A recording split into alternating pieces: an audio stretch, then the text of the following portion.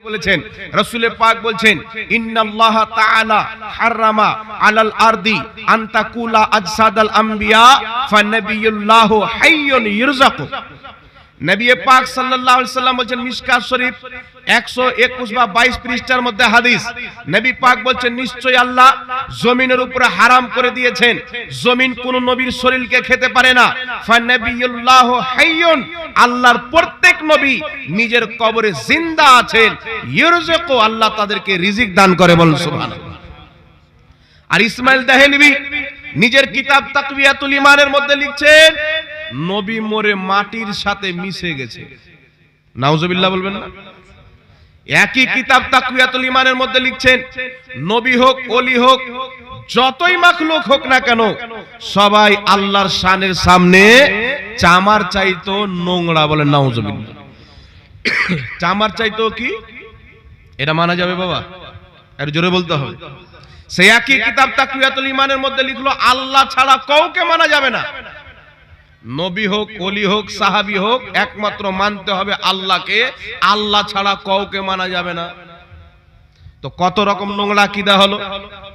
এই সমস্ত কিতাব যখন মার্কেটে ছেপে আপনার অলি গলিতে প্রচার করা হলো, পাকিস্তান, বাংলাদেশ, হিন্দুস্তান, আফগানিস্তানের কিছুটা অংশ, একটাই দেশ ছিল মহাভারত। এই ভারতের মাটিতে যখন এই ফিতনা চালু হয়ে গেল, চতুর সাইডে মুমিনদের অন্তরে আগুন জ্বলে গেল। একজন দাড়ি রাখনেওয়ালা, একজন টুপি রাখনেওয়ালা কি করে নবীর শানে গুস্তাখি করতে পারে, আল্লাহকে মিথ্যাবাদী বলতে পারে? সমস্ত পৃথিবীর মুসলমান হাক্কা পাক্কা হয়ে চিন্তাই ছিল, আল্লাহ এই ফিতনার জবাব কি দেওয়া হবে না? এই ফিতনার দাঁত ভাঙার জবাব দেওয়ার জন্য তুমি কাউকে পাঠিয়ে দাও। সারা ভারতের মুসলমান যখন কান্না করে করে নিজের চোখের পানি ফেলে দোয়া করতেছিলেন, মুসাল্লাতে চোখের পানি ফেলে, মসজিদে চোখের পানি ফেলে, এই সময়তে আল্লাহ তাবারাক ওয়া তাআলা মুমিনদের দোয়াকে কবুল করে বারেলির সরজমিনে আলা হযরতকে পাঠিয়েছেন, যিনি 1000 চাইতে বেশি কিতাব লিখে প্রত্যেকটার জবাব দিয়ে ইমাম আহলে সুন্নাত সারা পৃথিবীর মুসলমানদের আকীদা বাঁচিয়েছে, বলেন সুবহানাল্লাহ। আল্লাহু ইয়া রাসূলুল্লাহ, ইয়া রাসূলুল্লাহ, জিন্দাবাদ, জিন্দাবাদ। যখন বলা হলো নবীর মতন জ্ঞান তো পশু পাখি জানে, জীবজন্তু জানে, আলা হযরত বলেছিলেন, और कोई गैब क्या तुमसे नेहा हो भला जब ना खुदा ही छुपा तुम पे करोड़ों दरूद। যখন বলেছিল নবী মরে মাটির সাথে মিশে গেছেন, আলা হযরত বলেছিলেন, तू जिंदा है वल्लाह, तू जिंदा है वल्लाह मेरे चश्मे आलम से छुप जाने वाले। যখন বলেছিল নবী তো কিয়ামতের জ্ঞান জানে না, নবী তো পিঠ পিছের খবর জানে না, আলা हजरत बोलेছিলেন, सरे अर्श पर है तेरी गुजर, दिले फर्श पर है तेरी नजर, मलकुत मुल्क में कोई शय नहीं है जो तुझ पे आया नहीं। যখন বলেছিল নবীর সম্মান বড় ভাইয়ের মতো করতে হবে, তখন আলা হযরত বলেছিলেন, सबसे औला वाला हमारा नबी, सबसे बाला वाला हमारा नबी। সমস্ত জবাব আলা হযরত একাই দিয়েছেন, জোরে বলতে হবে সুবহানাল্লাহ। ইমাম আহলে সুন্নাত ওয়াল জামাতের ইলমের আমি আপনাদেরকে কয়েকটি ঘটনা বলি। যেই ব্যক্তি 1000 চাইতে বেশি কিতাব লিখেছেন, তার ইলম কত হবে আপনারা বুঝতে পারছেন। আর আল্লাহ কোরআনে কি বলেছেন? একমাত্র আলিমরাই আল্লাহকে ভয় করে।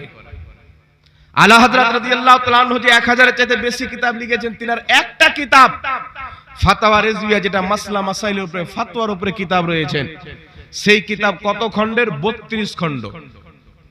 এইরকম লম্বা কিতাব হবে, একজন ব্যক্তি একা মনে হয় চাঁড়তে পারবে না একটা কিতাব। তাহলে যিনি 1000 কিতাব লিখেছেন, 1000 চাইতে বেশি, তিনাকে আল্লাহ কত ইলম দিয়েছেন। এখন আপনাকে বলি শুনেন, দুটি ঘটনা বলবো। মুসলিম আলীগড় মুসলিম ইউনিভার্সিটি নাম শুনে হবে, উত্তরপ্রদেশে একটি আলীগড় বলে জায়গা আছে। মুসলিম ইউনিভার্সিটিতে একটি মশলা আসলো, ওই মশলা সায়েন্সের সাথে সম্পর্ক রাখে, ধর্মের সাথে নয়। গোটা ভারতের ডক্টর, বিজ্ঞান, সায়েন্স দা হাইরান হয়ে গেল, উত্তর কৌরির কাছে হলো না। ওই আলীগড় ইউনিভার্সিটির প্রিন্সিপাল চিন্তা করলো যে আমি এর উত্তর আনতে জার্মানি যাব। ইনি জার্মানি যাবেন, আলা হযরতের একজন মুরিদ ছিলেন, বহুত বড় প্রফেসর ছিলেন।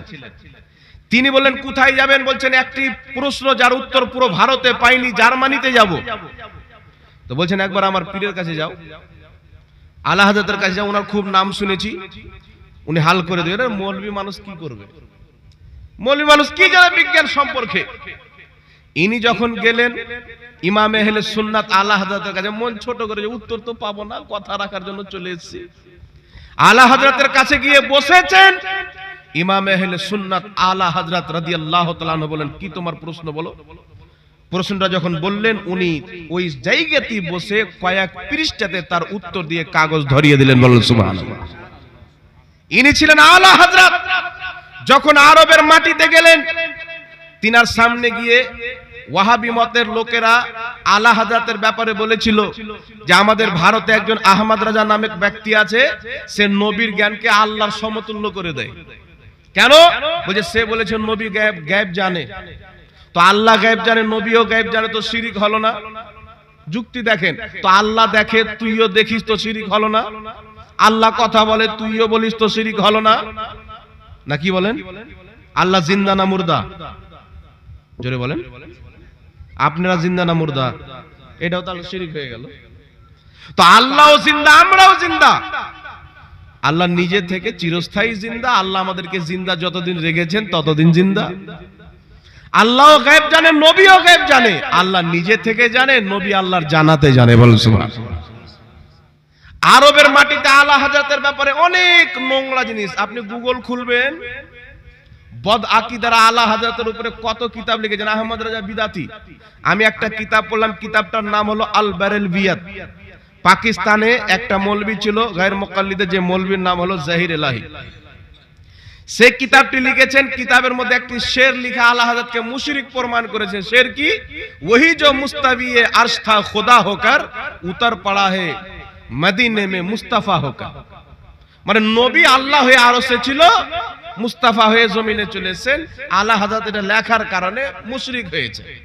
অথচ আলা হযরতের যত কিতাব আছে, এই ছন্দের কোনো অস্তিত্ব তিনার কিতাবের মধ্যে নাই। বল সুবহানাল্লাহ। মিথ্যা অপবাদ। এই ছন্দ লিখলো কে? একটা শায়ের রয়েছেন যার নাম হলো গোলাম আসি। ওই গোলাম আসি এই শেরটা লিখেছে, তার শের ফিট করেছে আলা হযরতের নামে। এখন কেউ মাজারে সাজদা করে দিলে ফিট করবে কার নামে? আলা হযরতের নামে। এখন কেউ মাজারে গিয়ে ভণ্ডামি করলে ফিট কার নামে হবে? আলা হযরতের নামে। কিন্তু আলা হযরত মাজারের ব্যাপারে কি বলেছেন মুফতি আমজাদ হোসেন সিমনানি ডিটেইলস আপনাদের সামনে বলে দিয়েছেন। তো আলা হযরতের ব্যাপারে কান ভরা হলো মক্কার ইমামের, মদিনার ইমামের। বলেন আচ্ছা ঠিক আছে, আহমদ রাজা আসুক। আলা হযরত গিয়েছেন হজ করতে, তিনার সামনে প্রশ্ন হলো আপনি নাকি নবীর গায়েবকে আল্লাহর সমতুল্য করে দিয়েছেন, নবীর ইলমকে আল্লাহর সমতুল্য করে দিয়েছেন। আলা হযরত বলেন নাউযুবিল্লাহ, এটা আমার প্রতি অপবাদ দেওয়া হয়েছে। আমার আকীদা হলো আল্লাহর ইলমকে যদি 7 সমুদ্র মানা হয় তার চাইতেও বেশি আল্লাহর ইলমের সীমা করা যাবে না। কিন্তু বুঝানোর জন্য আলা হযরত বলছেন আমার আকীদা আল্লাহর ইলম যদি 7 সমুদ্র হয় তার চাইতেও বেশি, 7 সমুদ্র চাইতে নবীর ইলমকে আমরা এতটুকু বিশ্বাস করি না যতটুকু চিড়িয়া নিজের চোচে পানি নাই। আলা হযরত কি বললেন? আল্লাহর ইলম যদি 7 সমুদ্র হয় তার চাইতেও বেশি। আল্লাহর 7 সমুদ্র ইলমের সামনে নবীর ইলমকে আমরা এতটুকু মানি না যতটুকু চিড়িয়া নিজের চোচে পানি নেয়। তাহলে শিরিক হলো আসমান জমিন চাইতেও বেশি তফাৎ হলো কি হলো না? আলা হযরত বলছেন শুনেন, এই কথা বলে আমি আহমদ রাজার আকীদা শেষ হয়নি। আমার আকীদা তো এখন বয়ান করা হবে। আল্লাহর ইলম যদি 7 সমুদ্র মানা হয় এর চাইতেও বেশি, বুঝানোর জন্য বলছি তিনার 7 সমুদ্র ইলমের সামনে আমরা নবীর ইলমকে এতটুকু বিশ্বাস করি না যতটুকু চিড়িয়া চোচে পানি নাই। কিন্তু শুনো, দুনিয়াতে যত ওলি আছেন, যত নবী এসেছেন, যত ফেরেশতা আছেন, দুনিয়াতে যত আলিম ফাজিল রয়েছে, সারা পৃথিবীর ইলমকে যদি নবীর ইলমের সামনে তুলনা করা হয়, নবীর ইলম হবে 7 সমুদ্র, সারা পৃথিবীর ইলম হবে চিড়িয়ার চোচের এক ফোঁটা পানি। বলেন সুবহানাল্লাহ। আকীদা আলা হযরত বয়ান করে মাত্র 8 ঘন্টাতে, কত ঘন্টা? আমরা যখন একটা কিতাব, একটা ফাতওয়া লিখবো, 15-20 খানা কিতাব সামনে রাখতে হয়। আলা হযরত মাত্র 8 ঘন্টাতে ওই আরবে মক্কার মাটিতে বসে একটি কিতাব লিখলেন, আদ-দাওলাতুল মাক্কিয়া। এই কিতাব যখন লিখলেন, আরবের উলামায়ে কেরামের সামনে হাজির করলেন। এই কিতাবকে আরবের উলামায়ে কেরাম যখন পড়লেন, আরবের উলামায়ে কেরাম বললেন, শোনো, এই 14 সদীর যদি কেউ আপনার মুজাদ্দিদ থাকে, ওই মুজাদ্দিদের নাম হচ্ছে আহমদ রাজা। বলেন সুবহানাল্লাহ। 14 সদীর মুজাদ্দিদ আলা হযরত রাদিয়াল্লাহু তাআলা আনহুকে আরবের উলামায়ে কেরাম বানিয়েছেন। জোরে বলতে হবে সুবহানাল্লাহ। তো আপনি চিন্তা করেন বিরাদর ইসলাম, কোন কোন জায়গা থেকে ইমাম আহলে সুন্নাত আলা হযরত রাদিয়াল্লাহু তাআলা আনহু আমাদের হিফাজত করেছেন। এক কথা, সারা পৃথিবীর মুসলমানদের ঈমানের রক্ষা আল্লাহ পাক করেছেন আলা হযরতের মাধ্যমে। জোরে বলতে হবে সুবহানাল্লাহ। এইবার চলে আসেন বিরাদর ইসলাম, আপনাদের সম্মুখে কয়েকটি মাসআলা বয়ান করতে চাই। আলা হযরতের উরুস যেহেতু, তিনার ব্যাপারে জানা আমাদের জন্য জরুরি। কারণ আপনি যদি হুসাইনের ব্যাপারে না জানেন, তাহলে ইয়াজিদকে বুঝতে পারবেন না। আলীর ব্যাপারে না জানেন, খারজিকে বুঝতে পারবেন না। নবীর ব্যাপারে না জানেন, আবু জেহেলকে বুঝতে পারবেন না। তো বর্তমানে 73 ফিরকার মধ্যে 72 জাহান্নামী ফিরকাকে বোঝার জন্য আলা হযরতকে বোঝা জরুরি। বলুন সুবহানাল্লাহ। আলা হযরত